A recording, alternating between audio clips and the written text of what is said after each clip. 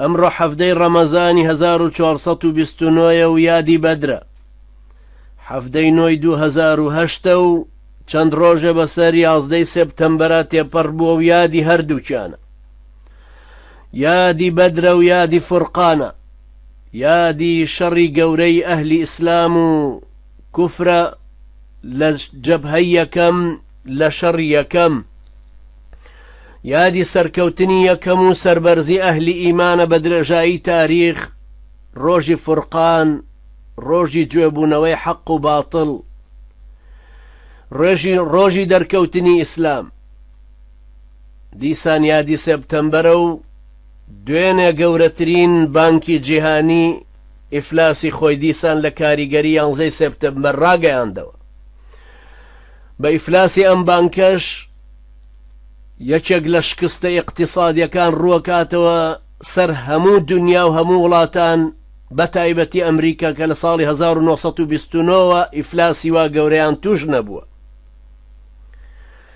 لە یادی بەدرا ئەڵێن یا ڕەبی خوایە بە قەدەر ئەوەندەی کە پێغەمبەرە نازدارەکەت سەرخست و مسلمانانە سەربەرز کرد، خوایە ئەهلی کوفر و توغیان نوشستیان پێبێنەوە، خوایە زەلیلیان کە. خوایە احتیلالی ئەمریکی لە ئەفغانستان و لە عێراق و لە هەر شوێنێکی ترا کە هەیە، خوایە نابوتیان کە. خوایە شکستی زۆرتریان بەسەرا بێنە. خوایە تووشی حاڵەتێکیان بکە کە نەپەڕژێنەوە سەر وڵاتی خۆشیان، یا ئەڵڵا مسلمانانیان لەبیر بچێتەوە.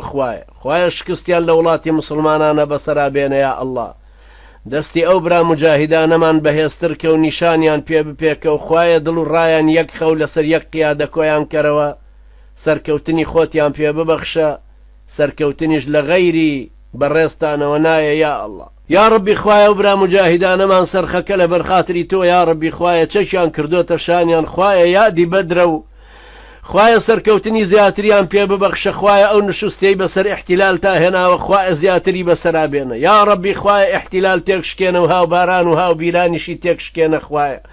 خوایە دەستی مسلمانان، خوایە دڵ و ڕای مسلمانان یەکخە، خوایە ڕاو بۆ چوونیان یەکخە و خوایە کۆیان کەرەوە لە ژێر سایەی مسلمانێکە ئەمیرێتیان بکە و خوایە سەرکەوتنیان پێ ببەخشە، سەرکەوتنیش لە لای تۆیە، یا ئەڵڵا. خوایە ئێمەش بکە بە ئەداتی قەدەری خۆت بۆ سەرخستنی دینەکە، یا ئەڵڵا. یا ئەڵڵا خوایە لێمان قوبوڵ کە، یا ئەڵڵا. خوایە ڕەحم بە ئێمەش و بەم برا بەڕێزانەش بکەی کە ئەم ژوورە ئەبەن بەڕێوە، بە ئەدمینەکانی، بە مامۆستاکانی، بە میوانەکانی، بەوانەی ئامۆژگاریەکەن و ئەوانەی لە پشتەوە نەسیحەتیەکەن، یا ڕەبی خوایە هەرچی کەسێک کە دێتە ئەم ژوورە هیدایەتیان بدە، یا ئەڵڵا. خوایە دینەکەمان لا شیرینتر کەی، خوایە ئەم ژوورەش بەهێزتر کەی، بیکەی بە ئەداتی قەدەری خۆت، خوایە بۆ بەلاغی دینەکەت، بۆ سەرخستنی دینەکەت، بۆ پاراستنی مقدساتی مسلمان، خوایە ئەم ژوورە بەهێزتر کەی و یا ڕەبی خوایە ژووری بەهێزتریشی لێ ببێتەوە، یا ئەڵڵا.